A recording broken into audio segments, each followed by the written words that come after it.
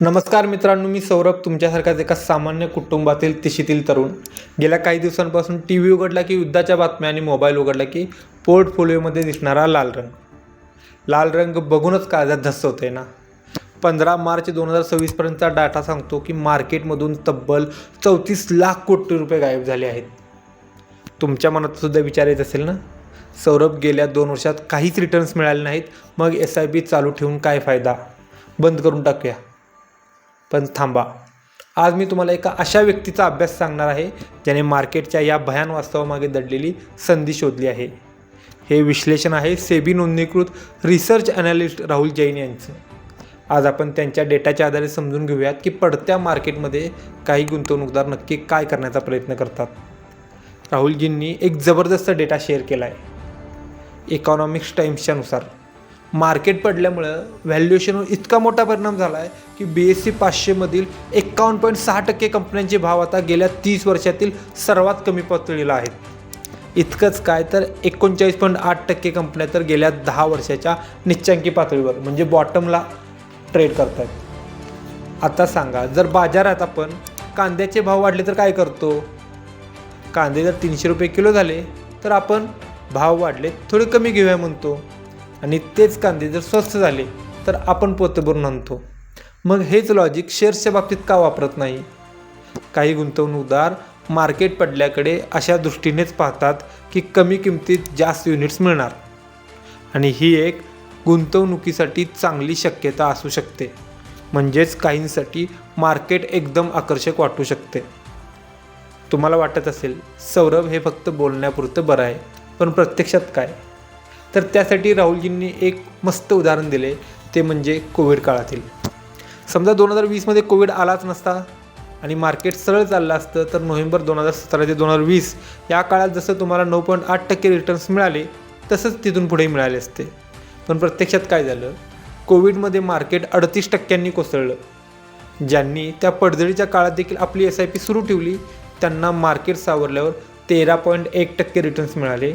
हे आपला इतिहास सांगतो आणि हे डेटामधून सिद्ध देखील होते. म्हणजे काही वेळा मार्केटमधील घसरणीच्या काळात सातत्य ठेवल्यास दीर्घकालीन फायदा होऊ शकतो, आणि हे मानणारा एक मोठा गुंतवणूकदार वर्ग आहे.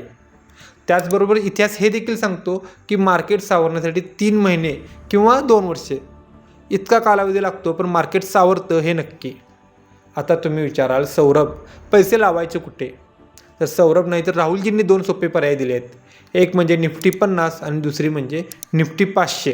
निफ्टी 500मध्ये विविधता जास्त आहे. त्यात 21 सेक्टर्स येतात, तर निफ्टी 50मध्ये फक्त 15. शिवाय निफ्टी 50मध्ये HDFC बँकेसारख्या एका स्टॉकवर जास्त वेटेज असतं, जे निफ्टी 500मध्ये तुलनेनं विभागलेलं जातं. काही गुंतवणूकदार जर ते मार्केटमधील अस्थिरता सहन करू शकत असतील तर निफ्टी 500सारख्या पर्यायांकडे पाहतात. यासाठी बाजारात मोतीलाल ओसवाल, ॲक्सिस किंवा ICI सारखे इंडेक्स फंड्स देखील उपलब्ध आहेत. आता माझ्यासारख्या तरुणांसाठी ज्यांना थोडी जास्त रिस्क घेऊन जास्त रिटर्न्स हवे आहेत, त्यांच्यासाठी राहुलजींनी काही पर्याय सुचवलेत, ज्यामध्ये flexi cap fund, multi asset fund, thematic fund ज्या बँकिंग आणि कन्झम्पशनमध्ये काम करतात. हे वेगवेगळे फंड्स वेगवेगळ्या पद्धतीने गुंतवणूक करतात. उदाहरणार्थ फ्लेक्सी कॅपमध्ये फंड मॅनेजरला स्वातंत्र्य असतं, तर मल्टी ॲसेट्समध्ये विविध प्रकारच्या मालमत्तेत गुंतवणूक केली जाते. काही विश्लेषणानुसार बँकिंग आणि कन्झम्पशन सेक्टर देखील दीर्घकालीन गुंतवणुकीसाठी महत्त्वाचे मानले जाते. मित्रांनो, जाता एक महत्त्वाची गोष्ट, सध्या मार्केटमध्ये राहुल जैन यांच्या नावाने अनेक फेक फेसबुक अकाउंट्स फिरत आहेत. राहुलजी कोणत्याही प्रकारची खाजगी कन्सल्टन्सी देत नाहीत किंवा पैसे देखील मागत नाहीत. ते त्यांचे सर्व अनुभव यूट्यूबवर मोफत शेअर करतात. त्यामुळे अशा फसव्या लोकांपासून सावध राहा आणि नेहमी सेबी नोंदणीकृत सल्लागाराचाच सल्ला घ्या.